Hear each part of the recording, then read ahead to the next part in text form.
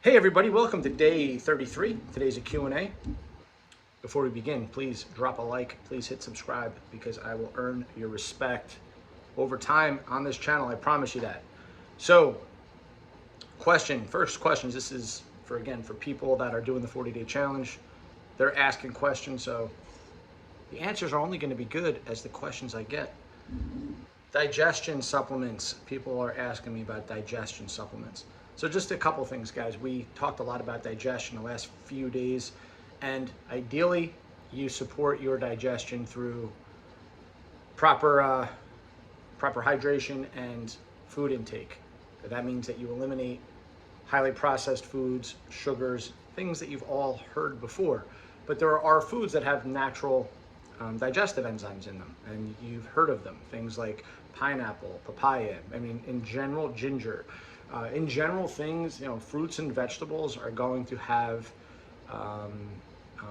very bioavailable digestive enzymes. And so when you're taking things like pancreatic enzymes, for example, which helps break down food, you have pancreatic enzymes will break down your carbohydrates, proteins, and fat, right? So you have amylase breaks down carbohydrates, lipase breaks down fats. That's where most people will need lipase. A lot of people have difficulty breaking down fats for all the reasons I described previously, and I don't want to revisit this, but long story short, okay, it's bile that emulsifies fat. Most people's gallbladders suck. Bile comes from liver. The liver, most people's liver suck. Most people have some version of fatty liver disease. And if you have hormonal issues as a woman, cholesterol clearing issues, it's very easy to build up gallstones. And the quality of that bile is going to be dictated by the quality of your liver. And of course, age gets in there. So the older we get, there's a lot of factors, guys. Hormones, like I just said. So most people will need some support with a quality pancreatic enzyme if they're noticing that they're having issues. So one of the things you can look at is when you go to the bathroom, assuming that you poop a normal poop, right? If it's floating, that generally means that there's a lot of fat in your stool, and it shouldn't be there. That's a sign that you're not emulsifying and clearing those fats. That means a lot of it's getting out in the stool. You should be using those fats.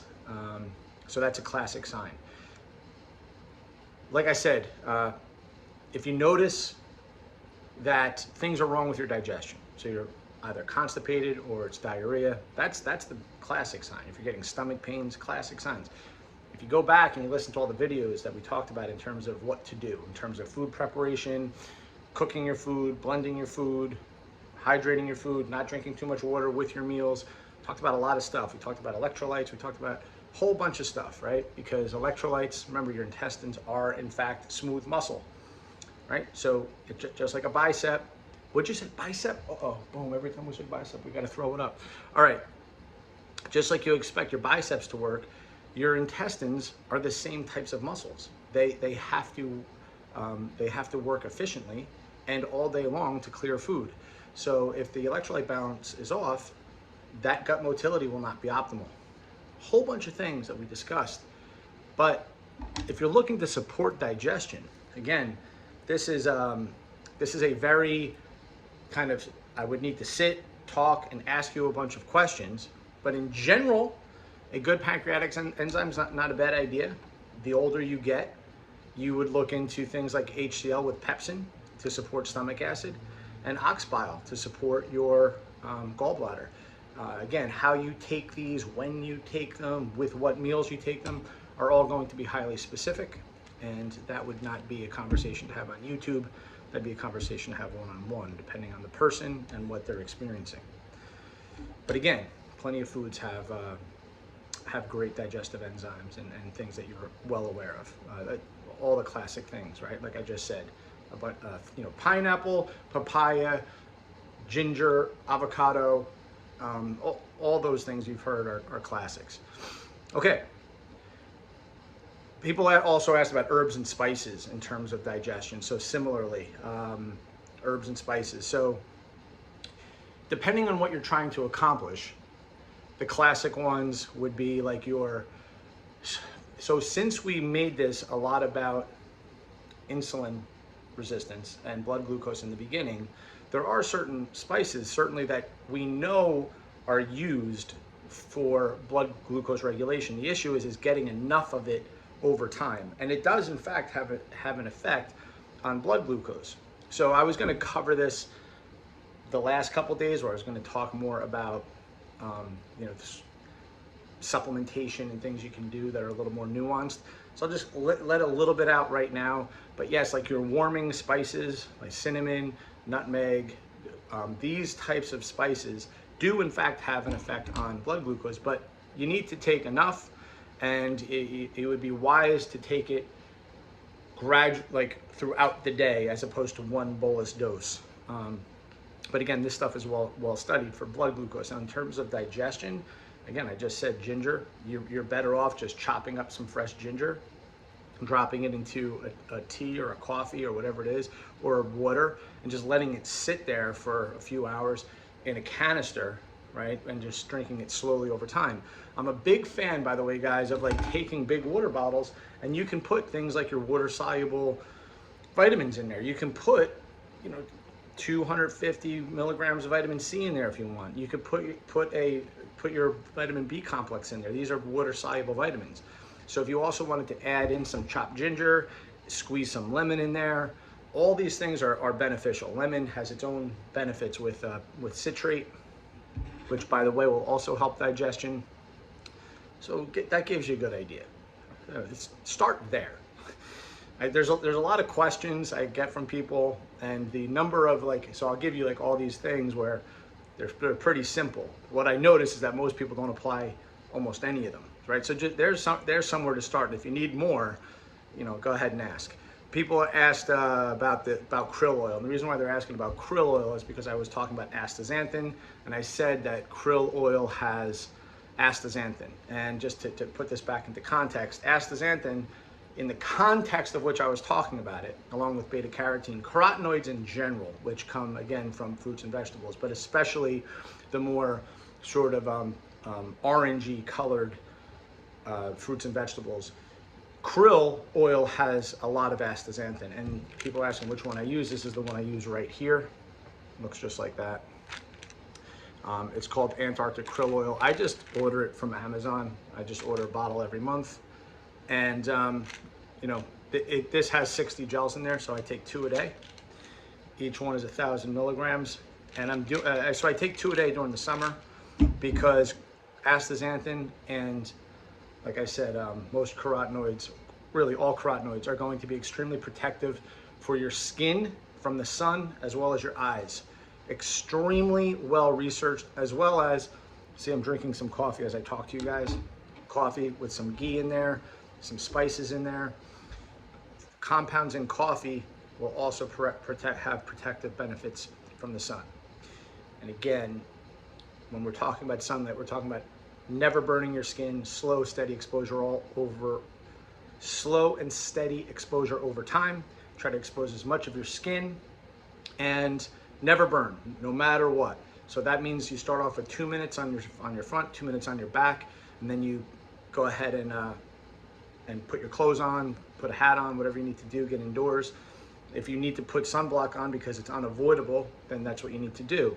But you under no circumstance burn your skin ever. You build up the tolerance over time. Our skin is meant to deal with the sunlight, and the skin actually develops the ability to fight cancer from sunlight over time. Again, well researched. Don't believe me. Just do your research on your own.